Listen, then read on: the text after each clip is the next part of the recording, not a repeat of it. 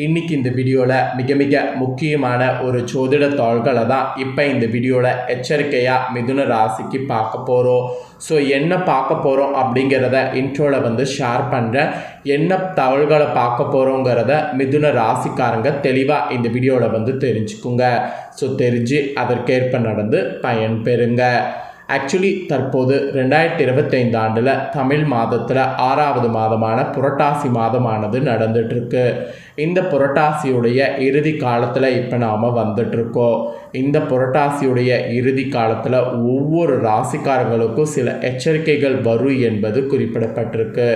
அதற்கு காரணம் கிரகங்களுடைய சேர்க்கையும் கிரகங்களுடைய வக்ரம் தான். ஸோ இதனால் மிதுனம் ராசியில் சேர்ந்தவர்களுக்கு என்ன மாதிரியான எச்சரிக்கை நடக்கும் அப்படிங்கிறத தான் இந்த வீடியோவில் சொல்ல போகிறேன். ஸோ அந்த எச்சரிக்கையான விஷயங்களை தெளிவாக மிதுன ராசிக்காரங்க இந்த வீடியோவில் தெரிஞ்சுக்குங்க. ஸோ தெரிஞ்சு அந்த எச்சரிக்கைக்கேற்ப கவனமாக இருங்க. அதை தான் இந்த வீடியோவில் பார்க்க போகிறோம். ஸோ மிதுனம் ராசிக்காரங்க இந்த ஒரு வீடியோவை ஸ்கிப் பண்ணாமல் பாருங்கள். அப்போ தான் நான் என்ன சொல்கிறேன் அப்படிங்கிறத உங்கள் ராசிக்கு தெரிஞ்சு கவனமாக இருக்க முடியும். ஆக்சுவலி கிரகங்கள் ஒன்றோடு ஒன்று சேர்றது, வக்ரம் பெறுவது, இதனால் தலையெழுத்து அப்போதைக்கு மாறிக்கிட்டே இருக்கும். அந்த வகையில் 6வது மாதமான புரட்டாசியில் கடைசியாக கிரகங்கள் வக்ரம் பெறுறது, மாறுறது இந்த மாதிரியான நிலையில் இருக்குது. இது உங்களோட ராசிக்கு பர்டிகுலராக இந்த சில விஷயங்களில் சில எச்சரிக்கைகள் என்று குறிப்பிடப்பட்டிருக்கு. ஸோ அது என்ன எச்சரிக்கை அப்படிங்கிறத நீங்கள் தெரிஞ்சுக்கிட்டிங்கன்னா அதற்கேற்ப நடந்து கவனமாக இருக்கலாம். அதை தான் இந்த வீடியோவில் பார்க்க போகிறோம். அதுக்கு முன்னாடி புரட்டாசி மாதத்தில் சுபகாரியங்கள் மட்டும் தவிர்க்கப்படும். அது ஏன் அப்படிங்கிறத ஜோதிடர்கள் சொல்லியிருக்காங்க. அதற்கான காரணம் என்னங்கிறத இந்த வீடியோவில் சொல்ல போகிறேன். முதல்ல காரணம் என்னங்கிறத தெரிஞ்சுக்குங்க. அதுக்கப்புறம் எச்சரிக்கை பலன்கள் என்னங்கிறத அதிரடியாக இந்த வீடியோவில் உங்கள் ராசிக்கு பார்க்கலாம். புரட்டாசி மாதத்தில் பெரும்பாலும் சுபகாரிய நிகழ்ச்சிகள் நடத்தப்படுவது இல்லை. இதற்கு பின் உள்ள காரணத்தை கண்டிப்பாக ஒவ்வொருவருமே தெரிந்து கொள்ள வேண்டியது அவசியம். ஆக்சுவலி இறைவனுக்காகவே அர்ப்பணிக்கப்பட்ட மாதங்களில் ஒன்று புரட்டாசி மாதம். இந்த மாதம் திருமணம் செய்யலாமா, வீடு கட்ட ஆரம்பிக்கலாமா, கிரகப்பிரவேசம் செய்யலாமா, வளைகாப்பு நடத்தலாமா, நடத்தக்கூடாதா, இந்த பல கேள்விகள் நம்ம மனதில் ஏற்படும். அதுக்கான விடையை தான் சொல்ல போகிறேன்.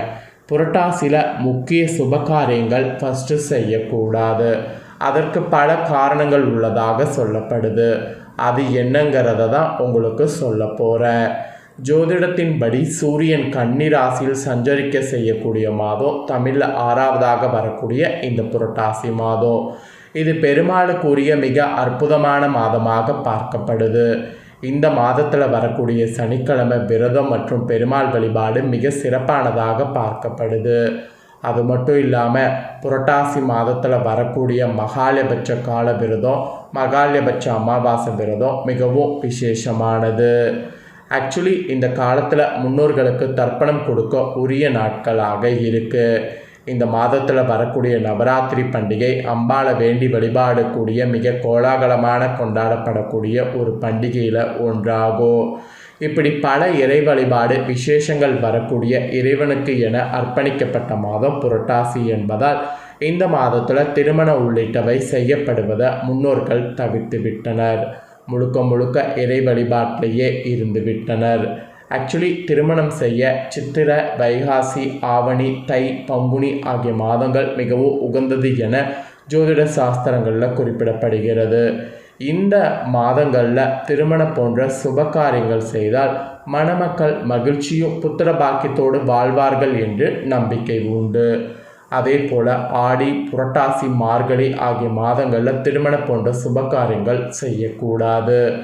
வைகாசி, கார்த்திகை ஆகிய மாதங்களில் எந்த சுபகாரியங்களையும் செய்யலாம். அப்புறம் கர்ப்பிணி பெண்களுக்கு இந்த புரட்டாசி மாதம் ஒற்றைப்பட மாதமாக அமையக்கூடிய பட்சத்தில் வளைகாப்பு நடத்தலாம். அதில் எந்த ஒரு பிரச்சனையும் இல்லை. பொதுவாக நம்மளுடைய நாட்காட்டில் வாஸ்து நாள் என்று பார்த்திருப்போம். ஆனால் ஆனி, புரட்டாசி, மார்கழி, பங்குனி ஆகிய 4 தமிழ் மாதங்களில் மட்டும் வாஸ்து நாள் என்று குறிப்பிடப்பட்டிருக்காது. அதனால் இந்த 4 மாதங்களில் பொதுவாக வீடு கிரகப்பிரவேசம், வாஸ்து பூஜை செய்யப்படாது. இன்னும் ஏன் வாடகை வீடாக இருந்தாலும் வீடு குடி போகக்கூடாது. வீடு கட்ட ஆல்ரெடி தொடங்கி பணி நடந்து கொண்டிருந்தால் அதை இந்த மாதத்தில் பணிகளை மேற்கொள்ளலாம். அதில் எந்த தடையும் இல்லை. புதுசாக எதையும் செய்யக்கூடாது.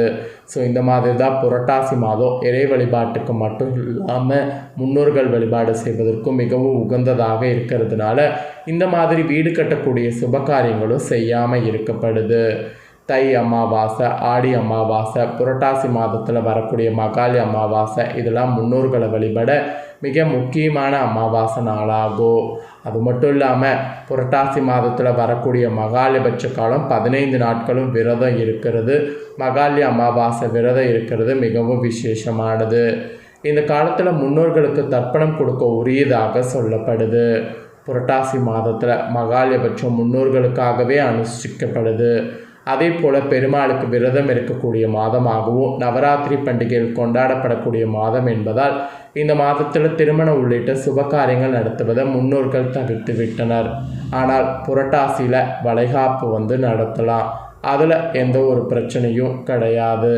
ஸோ இதுதான் புரட்டாசிக்கு பின்னாடி இருக்கக்கூடிய முக்கியமான காரணங்கள் சுப காரியங்கள் நடத்தப்படாமல் இருக்க. ஸோ இப்போ இந்த வீடியோவில் உங்களுக்கான காரணங்கள் தெரிஞ்சிருப்பீங்க ஏன் நடத்தக்கூடாது அப்படின்ட்டு. ஆல்ரெடி புரட்டாசி மகாலி அமாவாசை இதெல்லாம் முடிஞ்சிருச்சு. இருந்தாலும் கிரகங்கள் கடைசியாக பார்த்திங்கன்னு வச்சுங்களேன் வக்ரம் பெறுறது சேர்றது இந்த மாதிரி நடக்குது. அதனால் ஒவ்வொரு ராசிக்காரங்களுக்கும் தலையெழுத்து இப்படி இருக்கும் என்பது எச்சரிக்கையாக விடுக்கப்பட்டிருக்கு. அதில் மிதுன ராசி நேயர்களுக்கு என்ன எச்சரிக்கைங்கிறத தான் இந்த வீடியோவில் ஷேர் பண்ண போகிறேன். புரட்டாசி மாதம் கடைசியாக கிரகநிலைகளை ஆராய்ந்து பார்க்கும் பொழுது கிரகங்களில் உங்களுக்கு ராசியில் குருவும் சந்திரனும் இணைந்து குரு சந்திர யோகத்தை உருவாக்குறாங்க. இது உங்கள் ராசிநாதன் வகையில் புதன் உச்சம் பெற்று சஞ்சரிக்கிறார். எனவே சென்ற மாதத்தை காட்டிலும் இந்த புரட்டாசி கடைசியில் சிறப்பாகவே நாட்கள் இருக்கும். சிறு சிறு பிரச்சனைகள் வரும். அப்படி வந்தாலும் அதை சமாளிக்கக்கூடிய ஆற்றல் உங்களுக்கு உண்டு. வளர்ச்சி பாதைக்கு நண்பர்கள் வழிகாட்டுவாங்க. புதிய முயற்சிகள் எது நீங்கள் பண்ணாலும் வெற்றியானது உங்களுக்கு கிடைக்கும். புனித பயணங்கள் நீங்கள் செய்வது உங்களுக்கு அதிகரிக்கும்.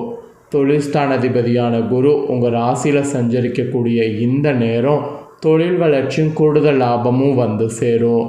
உங்களுக்கு எச்சரிக்கைன்னு பார்த்திங்கன்னா அதிர்ஷ்ட எச்சரிக்கை தான் சொல்லப்பட்டிருக்கு. இதில் துலாமில் புதன் சேர்க்கை ஏற்படுது. ஆக்சுவலி துலாம் ராசிக்கு புதன் வரப்போகிறாரு. உங்கள் ராசிக்கும் சுகஸ்தானத்திற்கும் அதிபதியானவர் புதன். அவர் இப்போ பஞ்சமஸ்தானத்திற்கு வருவது யோகம்தான். பிள்ளைகளுடைய கல்வியினுடைய நலன் கருதியும் எதிர்கால முன்னேற்றம் கருதியும் நீங்கள் எடுக்கக்கூடிய முயற்சி வெற்றியானது கிடைக்கும். மாமன் மைத்துனர் வழியில் தடைப்பட்ட மங்கள நிகழ்வுகள்லாம் இப்பொழுது தடையில்லாமல் நடைபெறும். கரைந்த சேமிப்புகளை ஈடுகட்டுவதற்கு உங்களுக்கு வாய்ப்புகள் உண்டாகும். இடம் வாங்குவது வீடு கட்டுவது போன்றவற்றில் இன்ட்ரெஸ்ட் கூடும். பூர்வீக சொத்து பிரச்சனைகளில் நல்ல முடிவுக்கு வரும். புகழ் மிக்கவர்கள் உங்களுக்கு பின்னணியாக இருந்து சில நல்ல காரியங்களை முடித்து கொடுப்பார். ஸோ அதனால் பெருசாக நீங்கள் கவலைப்பட வேண்டாம். ஸோ இந்த ஒரு புதனுடைய மாற்றத்தால் உங்கள் ராசிக்கு இப்படியெல்லாம் எச்சரிக்கை இருக்குது என்பது குறிப்பிடப்பட்டிருக்கு. அப்புறம் சனி வக்ரம் பெற போகிறாரு. கும்ப ராசியில் சஞ்சரிக்கக்கூடிய சனி பகவான் இந்த கடைசி டைமில் வக்ர இயக்கத்தில் மாற போகிறாரு. உங்கள் ராசியை பொறுத்த வரைக்கும் 8, 9 ஆகிய இடங்களுக்கு அதிபதியானவர் சனி.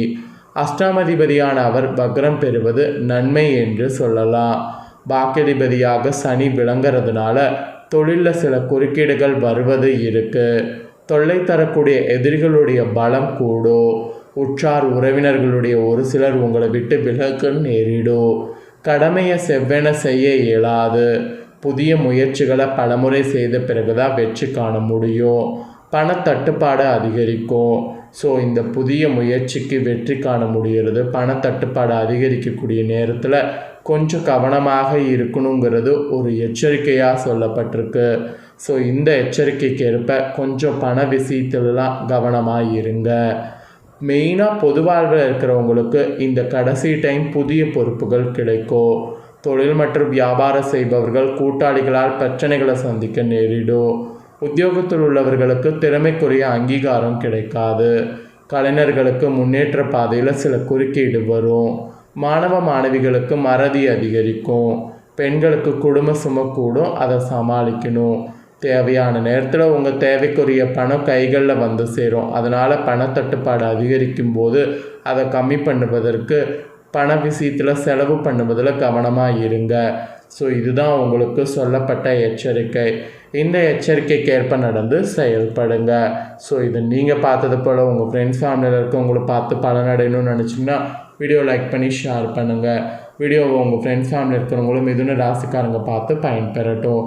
இதே போல் புதிய தகவல்களை தெரிந்து கொள்ள மறக்காமல் நம்ம சேனலை சப்ஸ்கிரைப் பண்ணுங்கள், கூட பெல் பண்ண ப்ரெஸ் பண்ணுங்கள். அப்போ தான் நான் போகிற மற்ற அப்படின்னா எல்லா வீடியோஸும் உடனுக்குடனே தெரிந்து பயனடையலாம். சப்ஸ்கிரைப் பண்ணி சப்போர்ட் பண்ணுங்கள். வேறு ஒரு வீடியோவில் சந்திக்கிறேன். தேங்க்யூ.